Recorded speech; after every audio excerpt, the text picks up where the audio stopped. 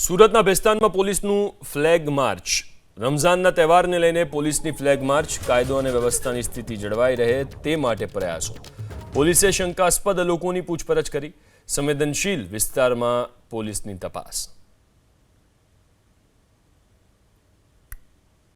Bhestan police વિસ્તારના સંવેદનશીલ જે વિસ્તાર છે એમાં રમજાન માસ અનુસંધાને કાયદો વ્યવસ્થા જાળવવા સારું ચણા મિલથી એકતા ચોક સુધી જે સંવેદનશીલ જે વિસ્તાર છે એમાં ફ્લેગ માર્ચનું આયોજન કરવામાં આવ્યું। આ ફ્લેગ માર્ચમાં એક પીઆઈ,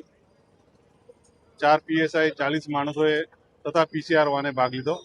અને રમજાન માસ અનુસંધાને કાયદો વ્યવસ્થા જાળવવા માટે ફ્લેગ માર્ચનું આયોજન કરવામાં આવેલું। રમઝાનના તહેવારને લઈને પોલીસની ફ્લેગ માર્ચ કાયદો અને વ્યવસ્થાની સ્થિતિ જળવાઈ રહે તે માટે પ્રયાસો પોલીસે શંકાસ્પદ લોકોની પૂછપરછ કરી સંવેદનશીલ વિસ્તારમાં પોલીસની તપાસ।